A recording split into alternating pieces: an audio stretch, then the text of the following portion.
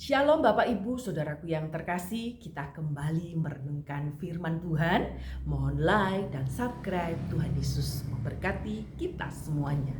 Hari ini kita akan berbicara khusus tentang mengapa sih orang Kristen kok dilarang untuk bersungut-sungut? Mengapa orang Kristen dilarang untuk berbantah-bantah? Ada apa ini ya? Mari kita akan membacanya di dalam Filipi pasal 2 ayat 14 sampai 16. Lakukanlah segala sesuatu dengan tidak bersungut-sungut dan berbantah-bantah. 15. Supaya kamu tiada beraib dan tiada bernoda sebagai anak-anak Allah yang tidak bercela di tengah angkatan-angkatan yang bengkok hatinya dan yang sesat ini, sehingga kamu bercahaya di antara mereka seperti bintang-bintang di dunia, sambil berpegang pada firman kehidupan, agar aku dapat bermegang pada hari Kristus bahwa aku tidak percuma berlomba dan tidak percuma bersusah-susah. Puji Tuhan, amin. Bapak Ibu Saudaraku yang terkasih, hari ini seringkali kita berpikir, mengapa kok zaman dulu bangsa Israel bersungut-sungut aja Allah sangat marah begitu. Emangnya ada apa dengan persungutan? Emangnya ada apa dengan perbantahan? Di mana letak kesalahannya? Mari kita akan mengoreksinya. Dunia memang tidak sempurna kan? Kita tahu itu. Semua orang menyadarinya. Dalam dunia yang seperti ini yang serba beragam, seolah-olah tidak pernah lelah menyapa kita yang namanya hal-hal buruk kan? Penderitaan tidak bisa kita hindari. Berkali-kali kita mendapati diri kita berada dalam keadaan yang lekat dengan derita.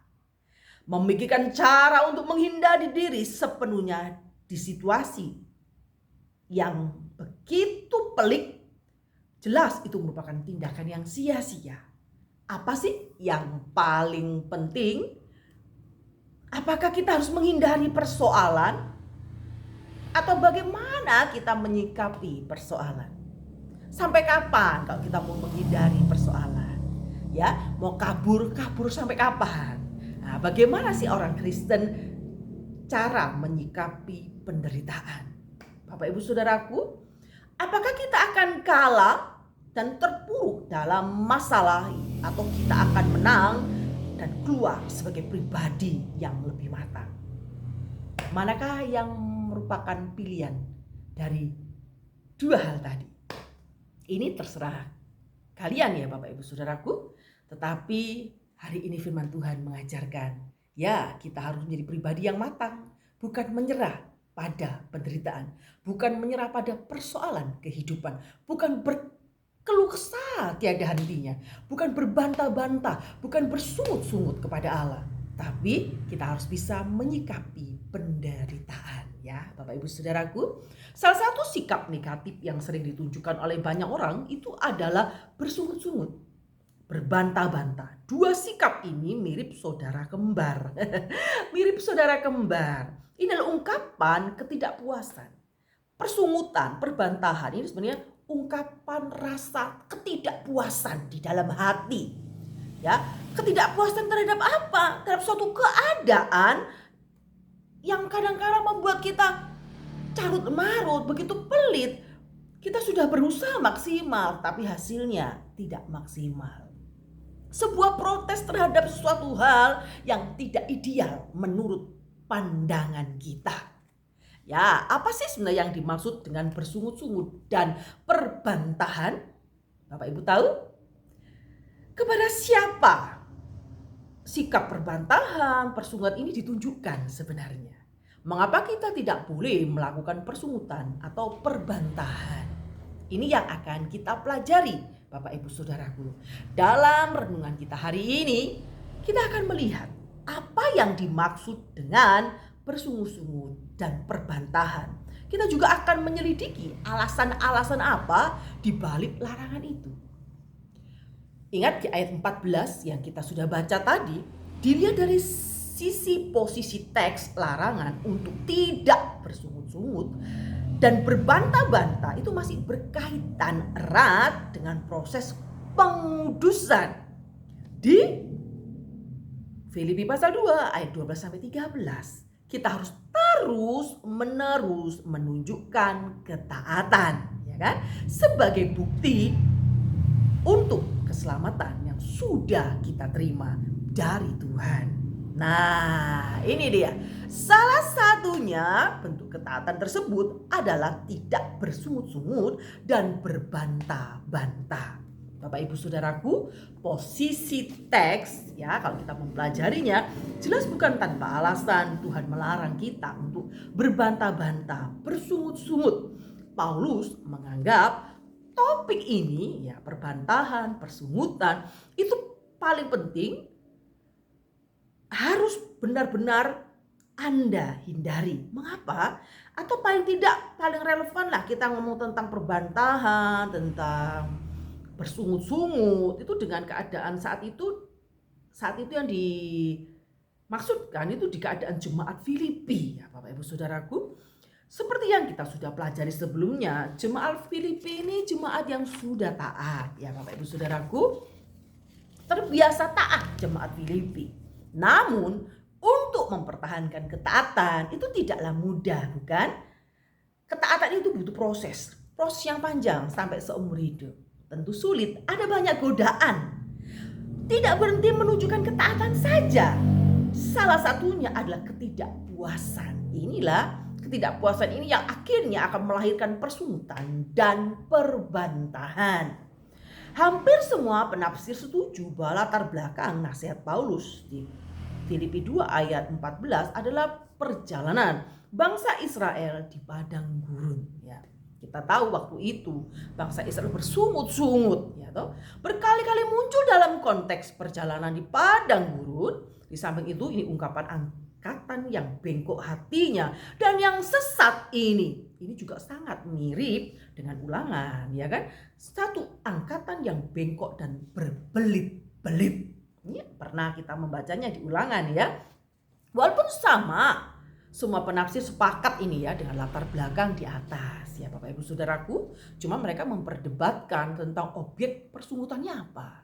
Ya, kira-kira mereka berbantah tentang apa sih? Apa yang mereka tidak puaskan? Kan begitu. Manusia memang tidak selalu puas dalam hidupnya, selalu kurang dan kurang. Protes saja begitu ya Bapak Ibu Saudaraku, termasuk saya. Sebagai manusia, mungkin kita berpikir kira-kira apa sih yang mereka keluhkan? Apa sih yang mereka bantahkan ya? Sedangkan apa yang terjadi mungkin terutama pada pemimpin di Filipi saat itu masing-masing mendapatkan dukungan ya Bapak Ibu ya dari teks ini. Tapi sebagian menduga tindakan ini ditunjukkan kepada Allah. Sedangkan yang lain ya mereka berpikir mungkin gak cocok dengan pemimpinnya. Kok gak Paulus saja? Kok diganti orang? Mungkin begitu. Sikap yang terbaik adalah tidak terlalu membedakan objek persungutan, perbantahan secara tajam dalam perjalanan bangsa Israel di padang gurun. Mereka bersungut-sungut kepada para pemimpin rohaninya. Siapakah pemimpin rohaninya saat itu? Kalau Anda lupa, saya akan kasih tahu, yaitu Musa, Harun, dan Miriam. Sekaligus kepada Tuhan. Dua objek persungutan ini tidak terpisahkan, bukan?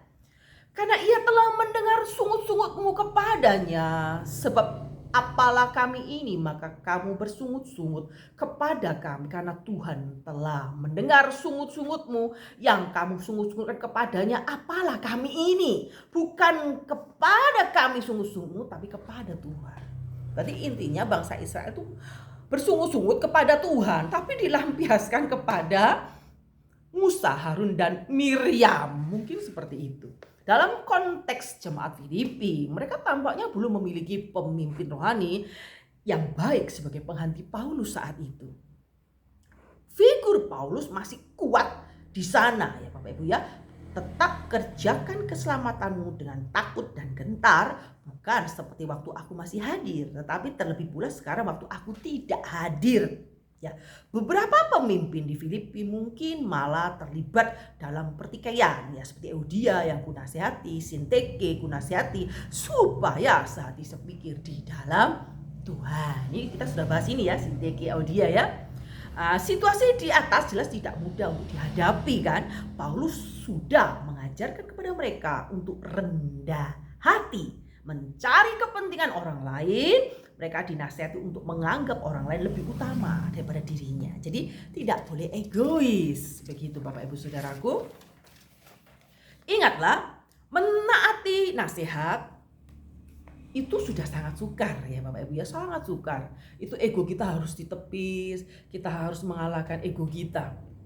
Apalagi jika melihat tindakan para pemimpin rohani itu justru bertabrakan dengan nasihat tersebut. Wah, ini tambah parah ya.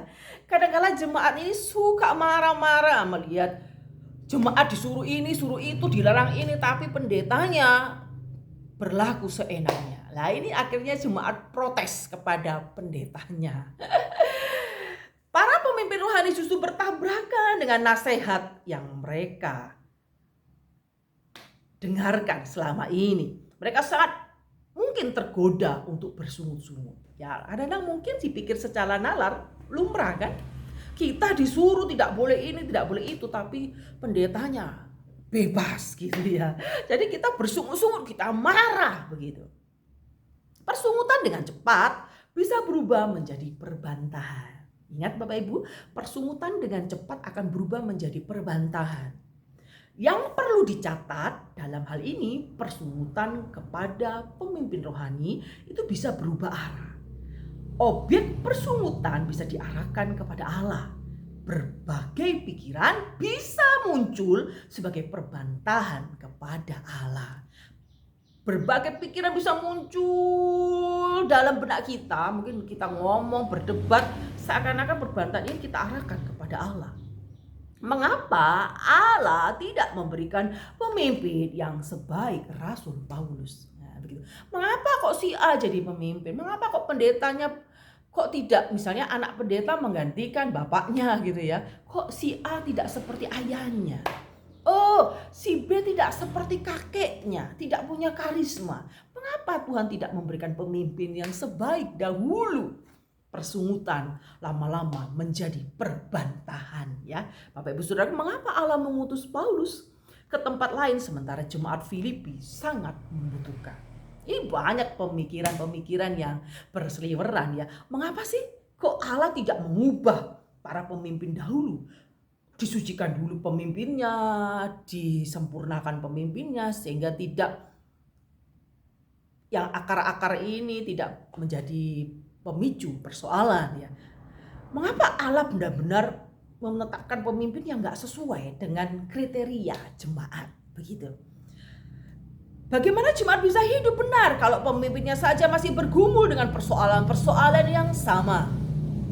Bagaimana jemaat mau hidup suci, tidak berzina, tidak mencuri, tidak berdusta dan sebagainya, sedangkan pendetanya asik dengan dunia yang gemerlapan, asik dengan hobi-hobinya yang menyulut perbantahan bagi jemaat. Ada banyak loh Bapak Ibu Saudaraku, pendeta asik dengan wanita idaman yang lain. Mungkin ya Bapak Ibu Saudaraku ya. Dari penjelasan di atas, ini kita mendapatkan gambaran umum tentang jemaat Filipi. Kita hari ini khusus bicara tentang jemaat di Filipi. Adalah jemaat yang taat Bapak Ibu Saudaraku. Mereka terlibat aktif dalam pergerakan Injil. Walaupun demikian semua itu bisa dilakukan tanpa kelapangan hati dan pikiran. Kok bisa? Ada loh anak Tuhan itu sangat getol melayani pekerjaan Tuhan. Tetapi hati dan pikirannya gak sinkron. Ya, mereka berjalan sendiri-sendiri, akhirnya jadi liar ya Bapak Ibu Saudaraku. Semua ini bisa saja kok dilakukan tanpa kelapangan hati dan pikiran. Mereka taat tapi sambil bersungut-sungut. Mereka taat sambil bersungut-sungut. Ini saya lakukan dan Bapak Ibu Saudara lakukan seringkali. Tidak ada kelapangan hati. Mereka taat tapi tetap berbantah-bantah, merasa sok pintar dan lebih tahu daripada Tuhan. Seakan-akan kita menjadi penasihat Tuhan. Tuhan, kenapa kamu gak becus sih? Harusnya pemimpinnya itu si B, bukan si C. Kenapa kau pilih si C yang tidak punya kemampuan? untuk mengembalakan gereja sebesar ini? Mungkin ya. Kita hanya melihat dari luar, Tuhan lebih tahu kedalaman hati ya. Nanti ke depannya bagaimana Tuhan lebih tahu. Bapak Ibu Saudaraku, alasan dibalik nasihat yang tidak berbantah-bantah, bersungut-sungut, itu tidak bersungut-sungut dan berbantah-bantah dalam segala hal.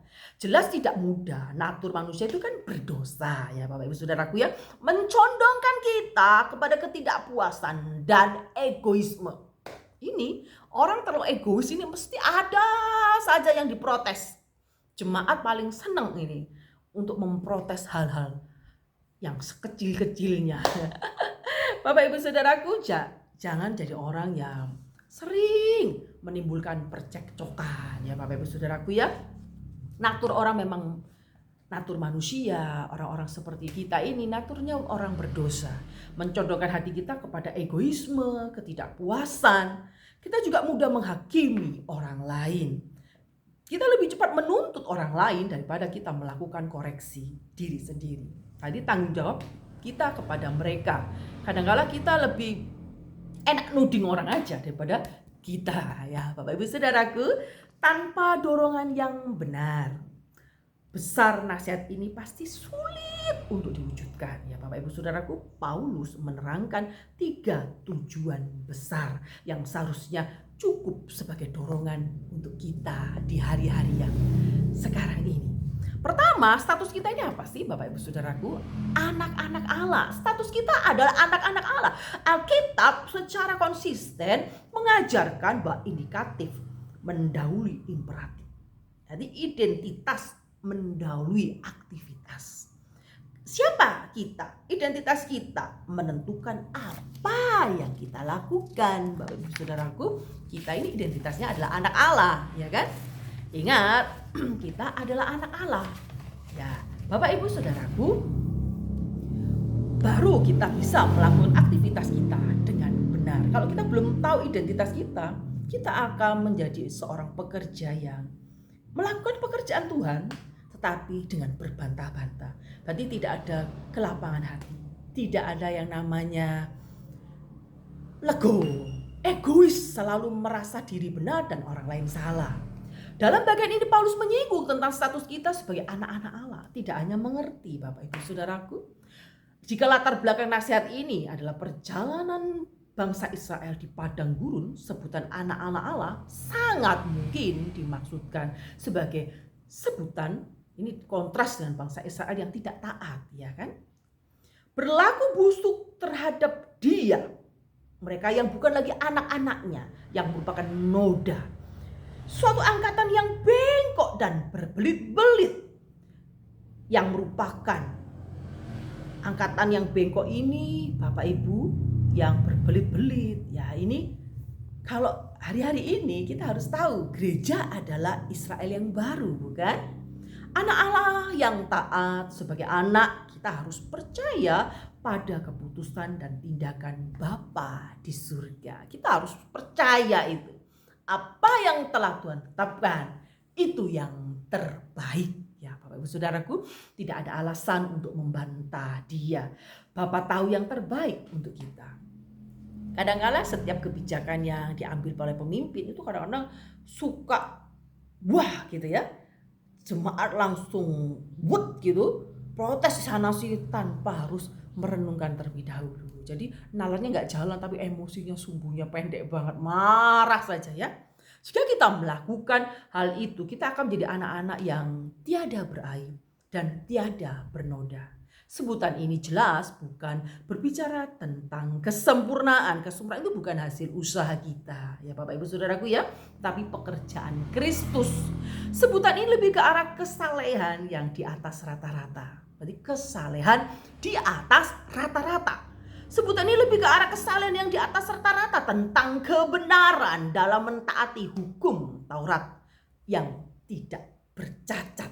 Nah, Bapak Ibu Saudaraku, tentang kebenaran dalam mentaati hukum Taurat, aku tidak bercacat. Ini Rasul Paulus pernah berbicara seperti ini.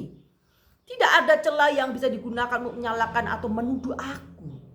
Ya, tidak celah yang bisa digunakan untuk menyalahkan atau menuduhkan menuduh kita, kata tiada bernoda, berhubungan dengan kemurnian dari segala yang jahat. Tapi aku ingin supaya kamu bijaksana terhadap apa yang baik dan bersih, terhadap apa yang jahat. Gabungan dua istilah ini merujuk pada integritas internal dan eksternal, ya, luar dan dalam. Kedua, kesaksian kita kepada dunia. Jemaat di Filipi sedang ditindas saat itu. Kalau kamu belajar latar belakangnya, Bapak Ibu Saudaraku, mereka dimusuhi oleh lawan mereka. Paulus menyebut musuh ini dengan ungkapan angkatan yang bengkok hatinya dan yang sesat. Jadi orang yang memusuhi jemaat Filipi itu dikatakan angkatan yang bengkok dan hatinya yang sesat. Pemilihan sebutan ini cukup menarik, ya, karena di Ulangan tertera ditunjukkan untuk bangsa Israel, ya. Berdasarkan hal ini, sebagian penafsir menduga yang dimaksud oleh Paulus adalah terutama orang-orang Yahudi yang sedang melawan Injil. Itu ya, Bapak Ibu Saudara, ya. Mereka menekan jemaat di Filipi. Mereka menyusupkan ajaran-ajaran sesat. Di tengah situasi seperti ini, jemaat Filipi didorong untuk memberikan kesaksian hidup yang baik. Terlepas apakah penafsiran benar atau tidak, Paulus sedang memikirkan orang-orang tersebut sebagai dunia. Mengapa kok begitu? Iya, sehingga kamu bercahaya di antara mereka seperti bintang-bintang di dunia. Itu katanya. Ya, mereka berada dalam kegelapan. Ya, justru kita ini memang garam dan terang dunia. Mereka adalah diibarkan dunia yang gelap, dan Anda, anak-anak Tuhan, itu harus bisa menerangi dunia dengan kasih Kristus. Begitu ya, Bapak Ibu Saudaraku. Mereka memerlukan sinar bintang. Disinilah jemaat Filipi dipanggil untuk memainkan perannya. Ayo anak-anak Tuhan, mainkan peranmu sebagai anak-anak Tuhan. Terangi dunia ini dengan kasih Kristus. Apapun yang Anda lakukan, jangan bersungguh-sungguh, jangan berbantah-bantah, terus tunjukkan kinerjamu, ya, tunjukkan kasihmu, ya. Bapak Ibu Saudaraku, kesaksian hidup diperoleh melalui komitmen kita dalam menghidupi firman Tuhan. Jadi berpegang di sini sebaiknya diterjemahkan memegang teguh secara terus menerus. Ada keseriusan dan konsistensi di dalamnya. Jadi bukan hanya sekedar sporadis, ya, hanya saat itu saja. Mencuat, taat, dan setelah itu menghilang. Bapak Ibu Saudaraku, kita harus konsisten, ya. Ingat, jadi orang Kristen itu harus konsisten. Tuhan aja konsisten, anak-anak Tuhan ya harus konsisten dalam melakukan pelayanan dimanapun Anda berada tentunya. Ketiga, kemegahan eskatologis rohaniawan. Untuk kesekian kalinya Paulus menyisipkan pendekatan personal dalam nasihatnya. Langkah ini didorong oleh kedekatannya dengan jemaat Filipi tentunya. Paulus sedang mengoptimalkan relasi sebagai salah satu langkah persuasi. Jadi yang agak mengagetkan mungkin ungkapan Paulus di ayat 16b. Kalau Anda baca, yang terkesan negatif agar aku dapat bermegah dan egois. Loh, kok bisa ya? Maksudnya apa ya ini ya? Agar aku dapat bermegah, bagaimanapun kesan ini akan hilang apabila kita memahami bermegah, terutama dalam konteks ini kedatangan Yesus Kristus yang kedua kalinya. Kata bermegah bersifat netral, ya. Jadi tergantung dengan apa yang dimegahkan, ya. Kalau kamu memegahkan hartamu, yaitu negatif, ya. Tapi kalau bermegah kepada Kristus, berarti itu bermegah bersifat netral, tergantung dengan apa yang dimegahkan. Alkitab memang memerintahkan kita untuk bermegah, tapi di dalam Tuhan. Bermegah di dalam Tuhan, bukan bermegah karena Anda pintar, bermegah bukan karena Anda hebat, tapi bermegah di dalam Tuhan. Melainkan sebuah keyakinan terhadap pengharapan di akhir zaman bagi seseorang yang berharap pada Kristus. Ya, kita ini orang yang berharap pada Kristus di akhir zaman. Kristus dengan nyata dimuliakan di dalam tubuhku, baik oleh hidupku maupun oleh matiku. Tidak mungkin dia sedang menyombongkan diri di depan Kristus kan? Ya, inilah yang dimaksud Paulus bermegah di dalam Tuhan. Paulus sedang melakukan apapun yang dia bisa untuk memastikan bahwa dia tidak akan beroleh malu pada saat kedatangan Kristus yang kedua kalinya. Dia ingin agar semua jerih payahnya dalam pelayanan tidak sia-sia. Salah satu yang dia tempuh adalah memaksimalkan relasi yang baik antara jemaat Filipi. Jadi Bapak Ibu Saudaraku, alangkah baiknya pemimpin umat itu berelasi dengan baik dengan jemaat, sehingga kinerjanya semakin meningkat dalam melayani pekerjaan Tuhan. Tidak hanya saling menghakimi, tidak hanya saling gontok-gontokan bersungut-sungut. Ya, Bapak Ibu Saudaraku, memang pemimpin juga manusia biasa. Ya, mungkin pengganti pemimpin yang baru mungkin tidak sebaik seperti yang kita pikirkan. Tetapi setiap pemimpin itu unik. Tuhan memilih, tidak akan pernah keliru. Jadi seseorang yang telah dipilih Tuhan punya sesuatu yang kita tidak tahu mengapa Tuhan memilihnya. Jadi pergantian pemimpin di dalam gereja itu hal yang biasa. Tidak perlu disikapi dengan hal-hal yang terlalu huru-hara ya Bapak Ibu Saudaraku.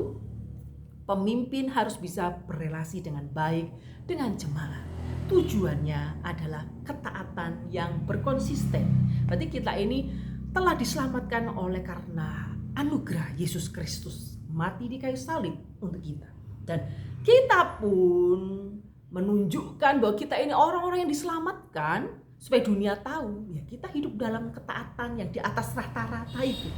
Ketaatan di dalam Kristus, kita bermegah karena kita sudah melakukannya di dalam Kristus. Bukan karena aku, tapi Kristuslah yang menyempurnakan setiap pekerjaanku di dalam setiap langkah hidupku. Jadi kita semua kalau berpikir berfokus kepada Kristus, maka pandangan kita akan berubah. Kita akan jadi orang yang tidak gampang menuntut orang. Kalau kita orang selalu menuntut orang lain sempurna, pada kita tidak sempurna. Ya ini namanya ironis ya Bapak Ibu Saudaraku. Kita tidak sempurna, pemimpin juga tidak sempurna. Sama-sama berupaya memperbaiki diri. Hidup dalam kekudusan, hidup dalam ketaatan sebagai bukti Anda telah diselamatkan. Ingat, kerjakanlah keselamatan itu dengan takut dan gentar. Tidak dengan sembrono. Melayani pekerjaan Tuhan dimanapun Anda berada, kalau hatinya tidak lapang, hatinya penuh egois, itu akan melayani sambil gerundel. Itu tidak enak ya Bapak Ibu Saudaraku. Kalau melayani dengan tulus, itu lebih enak jalannya. Saya juga pernah Bapak Ibu Saudaraku melayani Tuhan seakan-akan males gitu. Lihat pemimpinnya kok gitu. Ya anak-anaknya kok gitu misalnya begitu ya Bapak Ibu Saudaraku ya. Tetapi Tuhan ingatkan kepada saya, melayani gak usah lihat hal-hal yang lain. Lihatlah, fokuslah kepada salib Kristus. Layanilah Tuhan. Dengan Anda legowo menerima orang lain, Anda akan lebih damai sejahtera. Fokusnya bagaimana menggali firman Tuhan. Kalau memang pekerjaan yang Tuhan tunjuk untuk melayani firman, ya itu yang fokusnya untuk mencari kebenaran firman Tuhan. Kalau memang Tuhan percayakan Anda WL, ya fokusnya menggali puji-pujian itu.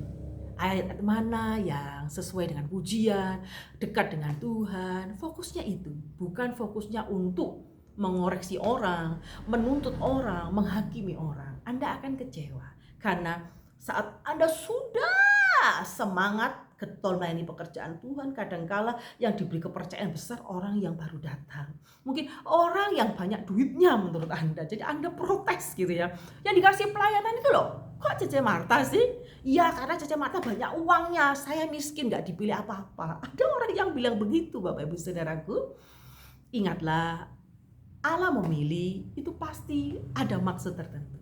Jadi kalau hamba Tuhan memilih si A pelayanan ini, si B pelayanan itu, bukan berdasarkan senang dan tidak senang. Saya rasa kalau di hamba Tuhan yang takut Tuhan, Tuhan menggerakkan hatinya untuk memilih posisi yang tepat dalam pelayanan di dalam tubuh Kristus. Jadi apapun tugas kita, lakukanlah dengan sukarela. Jadi kalau jadi asyer, jangan mengeluh, aku kok asyer, sudah bertahun-tahun aku gak pernah BL, padahal suaraku bagus loh. Bapak Ibu Saudaraku, berdoalah kepada Tuhan. Pelayanan itu milik Tuhan.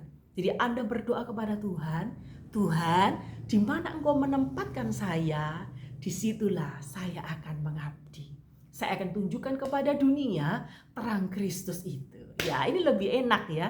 Hidup legowo, tidak egois, saling mengasihi, tidak bersungut-sungut, menimbulkan perbantahan yang nantinya membuat kita fokusnya itu menyalahkan Tuhan, ya. Stop menyalahkan Tuhan, stop menyalahkan hamba Tuhan, stop menyalahkan pemimpin rohanimu, stop menyalahkan mama papamu. Kalau untuk menyalahkan itu hal yang mudah, tapi untuk memperbaiki ini hal yang sulit. Jadi ketaatan itu bukan sporadis, tapi continue. Ketaatan kepada Allah itu harus konsisten. Bagaimana caranya manusia bisa konsisten taat kepada Allah?